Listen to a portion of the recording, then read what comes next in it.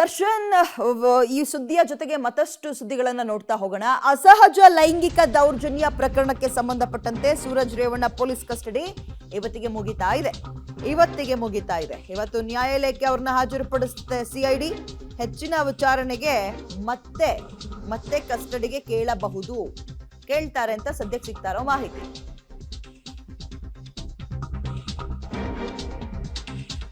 ಅಸಹಜ ಲೈಂಗಿಕ ದೌರ್ಜನ್ಯ ಪ್ರಕರಣಕ್ಕೆ ಸಂಬಂಧಪಟ್ಟಂತೆ ಪೊಲೀಸ್ ಕಸ್ಟಡಿಯಲ್ಲಿದ್ದ ಸೂರಜ್ ರೇವಣ್ಣ ಅವರ ಕಸ್ಟಡಿ ಇವತ್ತಿಗೆ ಅಂತ್ಯ ಆಗ್ತಾ ಇದೆ. 6 ದಿನ.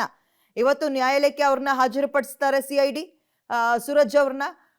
ಬಟ್ ಇನ್ನೂ ಕೂಡ ಹೆಚ್ಚಿನ ತನಿಖೆಯ ಅಗತ್ಯ ಇದೆ. ಸ್ಥಳ ಮಹಜರೆಲ್ಲ ಸದ್ಯಕ್ಕೆ ಇಲ್ಲಿ ತನಕ ಪ್ರೋಗ್ರೆಸ್ ಆಗಿದೆ ತನಿಖೆ.